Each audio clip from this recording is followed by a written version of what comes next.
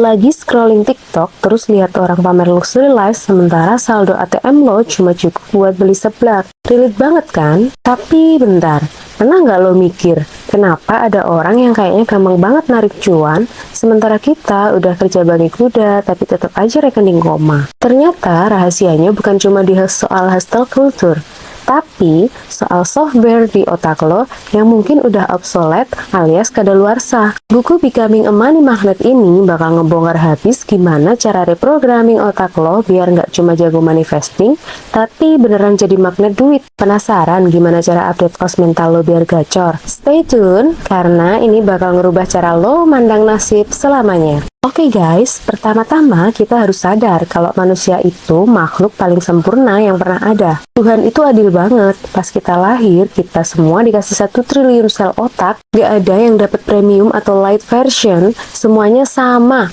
Tapi masalahnya, kenapa nasib kita beda-beda? Penulis buku ini, Ade Wigunawan, ngejelasin kalau otak kita itu ibarat hardware komputer yang canggih banget. Tapi hardware-nya nggak bakal guna kalau software-nya atau OS itu versi lama atau malah kena virus. Bayangin lo punya PC spek dewa, tapi masih pakai Windows 95. Ya, lagging parah lah. Nah, program-program pikiran yang masuk ke kita sejak kecil, entah dari omongan orang tua, lingkungan, atau kegagalan masa lalu, itulah software kita. Kalau dari kecil, lo udah dicekokin pikiran kalau nyari duit itu susah, yaitu bakal jadi program yang bikin lo stuck terus. Di buku ini dijelasin kalau pikiran kita itu punya sistem dualisme, pikiran sadar dan pikiran bawah sadar.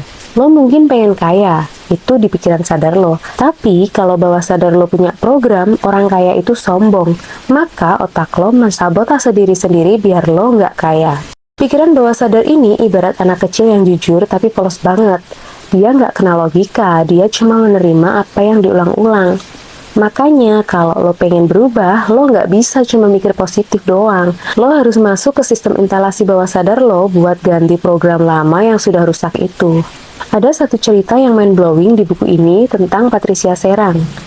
Beliau lahir tanpa tangan yang normal, tapi bisa melukis pakai kaki dengan hasil yang jauh lebih bagus dari kita yang tangannya lengkap. Pesannya apa?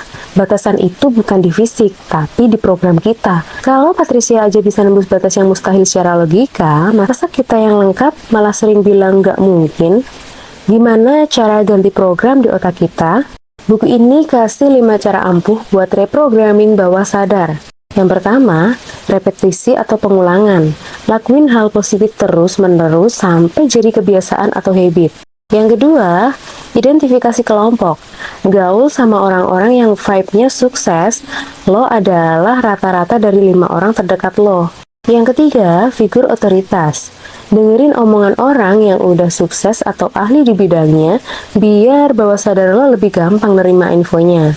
Yang keempat, emosi intens. Kejadian yang bikin lo baper banget atau baik sedih atau seneng biasanya bakal nempel permanen di memori. Yang kelima, hipnosis atau kondisi alfa. Masuk ke kondisi rileks total biar pintu bawah sadar lo kebuka dan siap diinstal program baru. Pernah nggak lo marah-marah gara-gara disalip motor atau dikomen pedas sama netizen? Nah, buku ini ngajarin kalau semua kejadian itu sebenarnya netral. Yang bikin kita jadi buruk atau baik itu adalah makna yang lo kasih. Contohnya nih, disalip angkot mendadak. Kalau hati lo lagi kesel, lo bakal maki-maki. Tapi kalau lo baru menang undian 1 miliar, lo mungkin cuma bilang, kasihan tuh sopir lagi ngejar setoran, semoga selamat ya. Kejadiannya sama, tapi responnya beda. Kuncinya ada di jeda antara stimulus dan respon. Gunakan jeda itu buat milih makna yang positif.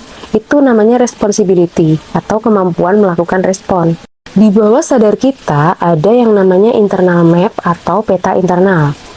Ini yang nentuin fokus lo kemana. Peta ini isinya adalah belief atau keyakinan, value atau nilai hidup, question atau pertanyaan ke diri sendiri, dan reference atau pengalaman masa lalu. Kalau lo sering nanya ke diri sendiri, kenapa sih gue gagal terus? Otak lo bakal nyari alasan buat bikin lo gagal lagi. Coba ganti pertanyaan jadi, gimana cara gue bisa dapat 10 juta pertama di bulan ini? Otak lo bakal langsung searching solusi secara otomatis. Setiap orang punya value atau nilai-nilai yang dianggap penting. Misalnya, lo disuruh makan kecoa hidup, pasti nggak mau kan? Tapi kalau ditawarin 1 miliar buat makan satu kecoa, mungkin lo bakal mulai mikir-mikir. Kenapa? Karena value duit 1 miliar itu lebih tinggi daripada value rasa jijik lo. Kalau lo pengen jadi magnet uang, lo pastiin kalau value kekayaan itu ada di posisi atas di hierarki nilai hidup lo. Kalau lo ngerasa duit itu akar kejahatan, ya jangan kaget kalau duit bakal jauh-jauh dari lo. Guys, hidup lo itu bukan cuma soal nasib, tapi soal gimana lo ngerancang internal map lo.